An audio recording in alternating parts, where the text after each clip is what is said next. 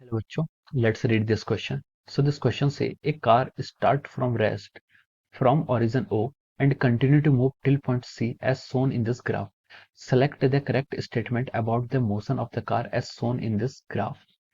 Option A is part AB represent uniform motion. Option B is at time instant t is equal to t2, brakes must have been applied. Option C is the car stops at t is equal to t3 and option D is all of the above. तो चलिए बच्चों इस question को start करते हैं।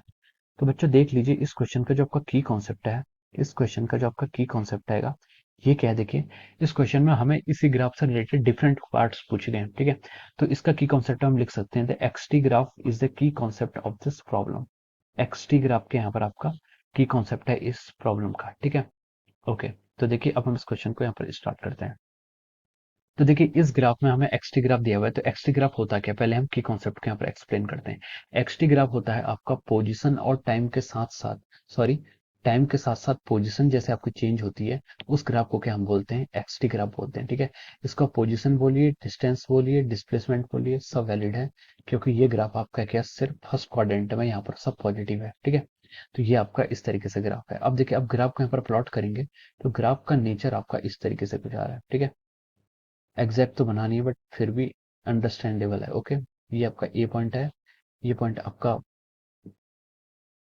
B point है और ये पॉइंट आपका सी पॉइंट है, ओके। तो चलिए मैं यहाँ पर जो पॉइंट्स हैं उन पॉइंट्स को रेड कलर के डॉट से डिनोट कर देता हूँ। ये पॉइंट की बात चल रही है, we are talking about this point and this point, okay. तो ये हमारे पॉइंट्स हैं। यहाँ पर देखिए इसके करस्पॉन्डिंग जो टाइम दिया हुआ है वो आपका T1 दिया हुआ है। यहाँ पर इसके करस्पॉन्डिंग हमारा जो टाइम है वो T2 टाइम है। इस पॉइंट के करस्पॉन्डिंग हमारा टाइम क्या है, T3 टाइम है, ठीक है। तो चलिए ये हमें क्वेश्चन में देखिए की कॉन्सेप्ट क्या था, एक्सटी ग्राफ। ये हमने एक्सटी ग्राफ प्लॉट कर दिया। तो देखिए एक्सटी ग्राफ करता क्या है, एक्सटी ग्राफ आपका टाइम के साथ साथ जो आपकी पोजीशन चेंज होती है उस ग्राफ को जो प्लॉट करता है उस ग्राफ को हम एक्सटी ग्राफ कहते हैं, ठीक है। पहली बात ये। दूसरी बात, एक्सटी ग्राफ का जो स्लोप होता है वो आपको क्या देता है, वेलोसिटी देता है, ठीक है। इसमें इंपॉर्टेंट चीज क्या है, स्लोप, ठीक है। Slope of x t graph, x t graph का अगर आप स्लोप देखते हैं तो ये क्या करता है आपको, slope of x t graph it gives us the velocity. ये आपको क्या देता है, वेलोसिटी देता है, ठीक है। अगर आपका स्लोप पॉजिटिव आता है इसका मतलब आपका वेलोसिटी पॉजिटिव आएगा। स्लोप को हम क्या लिख सकते हैं, dx बाई dt, ठीक है।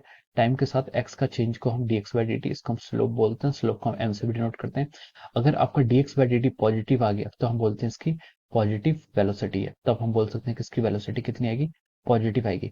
अगर आपका dx by dt less than zero आ गया इसका मतलब क्या है, पार्टिकल की वेलोसिटी क्या आपकी नेगेटिव वेलोसिटी है, ठीक है।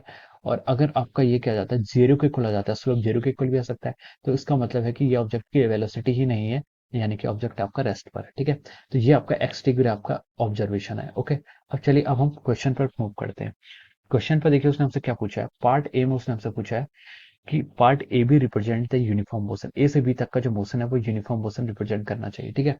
तो देखिए क्वेश्चंस के फिगर में अगर आप देखेंगे तो ए बी वाला जो ये है ये आपकी स्ट्रेट लाइन है, ठीक है, स्ट्रेट लाइन है। स्ट्रेट लाइन का मतलब ये होता है कि जो आपका dx बाई dt है, देखिए dx बाई dt पहली बात तो पॉजिटिव है और dx by dt straight line की तरह आपका क्या आ रहा है, यानी कि हम लिख सकते हैं कि dx बाई dt जो आपका आ रहा है ये क्या है, एक कांस्टेंट आ रहा है और स्ट्रेट लाइन की तरफ मूव कर रहा है। स्ट्रेट लाइन मतलब ये आपका जो मोशन होगा ये क्या होगा, आपका यूनिफॉर्म मोशन होगा क्योंकि आपकी वेलोसिटी क्या होगी यहाँ पर, कांस्टेंट होगी, ठीक है। dx बाई dt मतलब आपका वेलोसिटी होता है और स्ट्रेट लाइन है तो इसका मतलब वेलोसिटी आपकी कांस्टेंट है। तो अगर आपकी वेलोसिटी कांस्टेंट होती है तो उस मोशन को हम क्या बोलते हैं, यूनिफॉर्म मोशन बोलते हैं, ठीक है। यूनिफॉर्म मोशन का मतलब होता है जहां पर आपकी वेलोसिटी कांस्टेंट होती है, ठीक है। तो हम लिख सकते हैं कि द पार्ट ए भी रिप्रेजेंट यूनिफॉर्म मोशन, बिल्कुल सही डिनोट करता है, तो ए ऑप्शन आपका करेक्ट हो जाएगा, ठीक है। अब बी पर आइए। बी पर उसने बोला at instant time t is equal to T2 brake must have been applied. T2 time आपका ये है, ठीक है। बी पॉइंट वाला आपका पॉइंट T2 है। T2 टाइम पर वो बोला कि ब्रेक अप्लाई हो रहा है, ठीक है। तो देखिए ए बी तक का तो यूनिफॉर्म वेलोसिटी से मूव कर रहा था, यानी कि ए पॉइंट पर जो वेलोसिटी थी किसी बीच पर पॉइंट यहाँ पर भी आपकी वेलोसिटी v ही होगी और बी पॉइंट पर भी उसकी वही वेलोसिटी v होगी। लेकिन देखिए बी पॉइंट के बाद उसका जो स्लोप है, ठीक है, फिगर जो क्वेश्चन फिगर है उस पर थोड़ा साफ दिखाई देगा। तो देखिए जो बी पॉइंट पर आपका स्लोप आ रहा है वो स्लोप क्या हो गया आपका, घट गया, लग गया, घटने लग गया। इसका मतलब यहाँ पर थोड़ा सा उसमें वेलोसिटी डी एक्सिलरेशन होने लग गया और आपकी वेलोसिटी थोड़ी सी घटने लग गई है, ठीक है। वेलोसिटी घटने लग गई इसका मतलब क्या, यहाँ पर ब्रेक अप्लाई किया होगा, ठीक है। मतलब आपका ब्रेक अप्लाई किया होगा क्योंकि वेलोसिटी हमारी घट रही है बी से सी की तरफ जाते हुए। तो उसमें वही दिया हुआ है कि at time stand T2 brake must have been applied. तो उसका आंसर है यस, ब्रेक अप्लाई हुए क्योंकि अब उसकी वेलोसिटी क्या हो गई है, उसका स्लोप क्या हो गया आपका, कम होने लग गया, ठीक है। अब देखिए, अब आते हैं ऑप्शन सी पर। ऑप्शन सी पर बोला कि उसने the car stops at T is equal to T three. T three पर आपकी कार स्टॉप हो गई है। तो देखिए, अगर हम सी पर आपका टेंजेंट ड्रॉ करें, स्लोप का मतलब क्या होता है? स्लोप का मतलब टेंजेंट ही होता है, ठीक है। स्लोप का मतलब आपका टेंजेंट ही होता है, ठीक है। सी पॉइंट पे देखिए, अगर हम टेंजेंट ड्रॉ करें तो ये आपका ऐसा आएगा, ठीक है। दिस इज टेंजेंट, ठीक है। जब आपने टेंजेंट ड्रॉ किया तो देखिए, ये टेंजेंट आपका टाइम एक्सिस के पैरेलल आ रहा है। टाइम एक्सिस के पैरेलल आ रहा है, और जो आपका ग्राफ है ये क्या आ रहा है? बिल्कुल स्ट्रेट आ रहा है, फिर उससे आगे, ठीक है।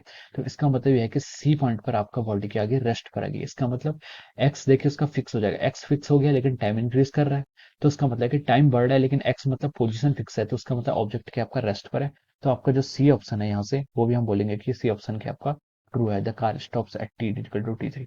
डी ऑप्शन है बोला कि इसने ऑल ऑफ द, तो देखिए ए भी ट्रू है, बी भी ट्रू है, सी भी ट्रू है, तो all of the, all option are true, ठीक है। तो इसका जो राइट आंसर होगा वो क्या हो जाएगा? ऑप्शन डी इसका राइट आंसर हो जाएगा। और हम यहाँ पर लिख सकते हैं, देखिए, option D is select the correct option, ठीक है। करेक्ट ऑप्शन ही दिखाना था इसमें, तो हम लिख सकते हैं कि आपका ऑप्शन डी इज करेक्ट, ठीक है।